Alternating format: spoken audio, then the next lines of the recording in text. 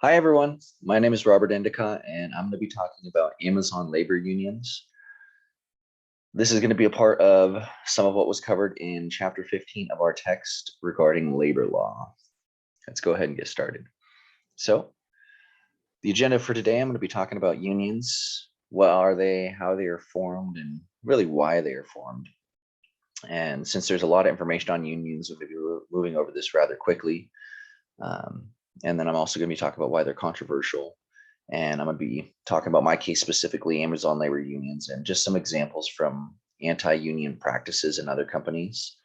And then my conclusion and recommendation, and ultimately what my quiz question is going to be.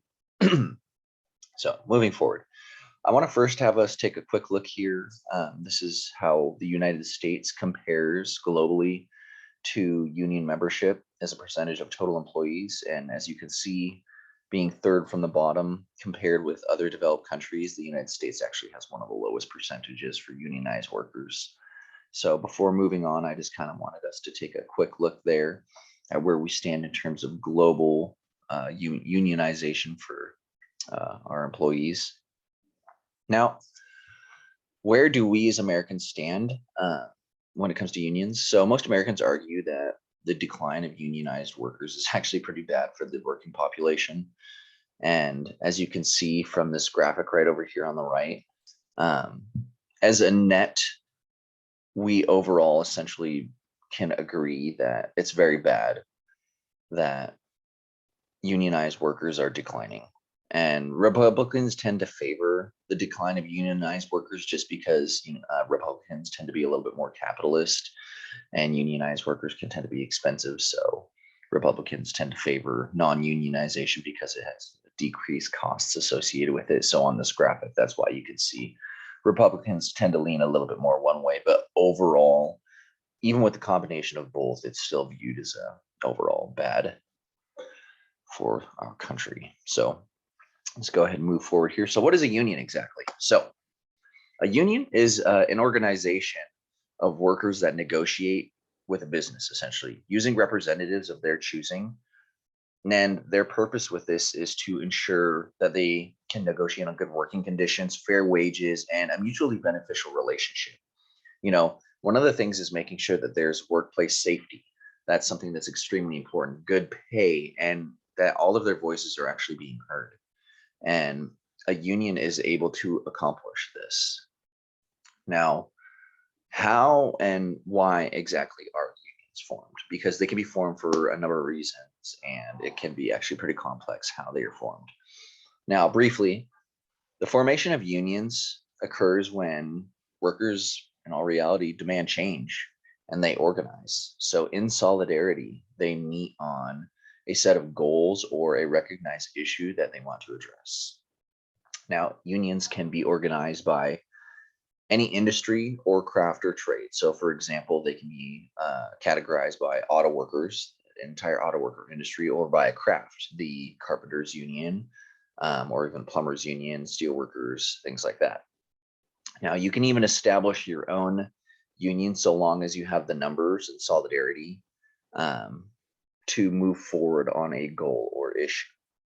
So, an example of this would be a lot of nurses and stuff are moving towards trying to unionize, and there's a big push for non-normal positions, such as the excluded zones here, so agricultural, domestic workers, independent contractors, and those employed. Even some extraneous categories, there's been a demand for unionization, even though unionization in and of itself as a whole has decreased in our country. It's still something that's being recognized by people and is actually starting to regain some momentum. Now, overall, the formation of unions occurs obviously from a demand for change. Now, collective bargaining is a part of this where people come together and are able to bargain for, obviously, collectively, they have more power against a large corporation. And this community of interests, a community of people with a common interest all working together to achieve this common goal, and achieve these things. Now, um, these types of things are all achieved through, like protests, strikes, and they all want, workplace improvements, things like that. There's a lot that can occur from this demand, this call for change, but there are certain exceptions like this, the unionized exclusions over here. But just like I had previously mentioned, there's workers that are non-traditionally a part of unions that are now starting to form unions. So currently things are changing, and it's time to change. It's time to recognize that unions can be used for just about anything when people stand together and want to recognize that industries need to promote themselves and just take different actions. So why do unions have a controversy? Well, obviously with the, going back one slide here, the NRLA establishing certain standards for what can be done for unions. The controversy exists because there's a lack of control. Businesses want more control and prefer to make their own decisions. And when unions are involved, it makes things a little bit more complex because there can be mediation involved. Second is the cost. It tends to be pretty costly implementing unions because unionized workers tend to be more expensive than non-union workers. This goes back to that Republican leaning graphic that I showed you earlier, where Republicans being a little bit more capital focused tend to like non-union workers because of the lower cost and so on and so forth. Moving forward, workplace morale. Unions create an us versus them mentality. And this tends to, lower workplace morale, loyalty, and productivity. So in all reality, unions have tended to create a adversarial mentality of workplace versus employer. And in all reality, that is not everywhere. So I just want to say that real quick. But that is one of the factors that people mention pretty frequently. And then finally, negotiation, arbitration. A lot of processes, inefficient, costly, time consuming, and not really even accomplishing what is necessary. So this is the controversy behind unions, is a lot of stuff to cut through, no direct communication, even though there still is some. It creates a lot of mediation, a lot of movement through different levels. And this is why people argue that unions can be a problem in addition to their cost for, additional benefits, things like that, and then costs attributed to negotiating, inefficiency of the workplace, and then even the dues that are paid to unions from the workers. So there's a few controversies that go with unions.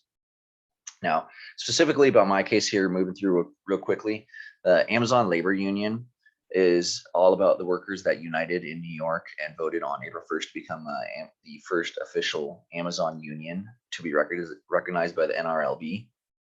Amazon Labor Union, it demanded wages that reflected the cost of living, paid time off, 20-minute breaks returning, and even admission to the anti-union training that was being administered by Amazon. And even Amazon CEO Andy Jassy recognized that employees would still be better off not joining a union. So it was obvious how Amazon stood on the position. And there is even efforts by Amazon. Like I had said, they had some training videos, managerial media that was passed out, trying to recognize and respond against any form of obviously uprising or union efforts. So it was slightly ridiculous that there was an effort being put in, and even to discredit anybody that was trying to formulate a union. So Amazon had a competitive advantage of being fast and efficient, and unions were a threat to that.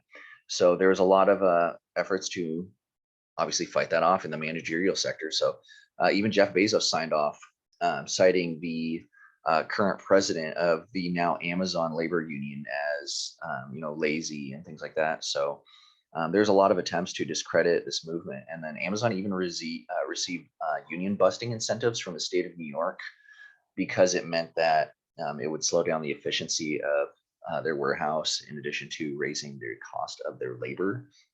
So this was a lot of the things that even Walmart had some practices where they imitated the anti-union practices or recognition training that was administered to managers. So it was obvious that some of these big companies did not want to incur the costs associated with unions, which was definitely a problem, because this is something that unions are very widely able to be enacted. So for these big companies to step in and almost deter is pretty upsetting. So finally, I would definitely recommend that we improve a lot of these workplace characteristics. and allow unions in all reality. Like Amazon Union is a huge key in solving unfair labor practices within their company for a lot of the warehouses.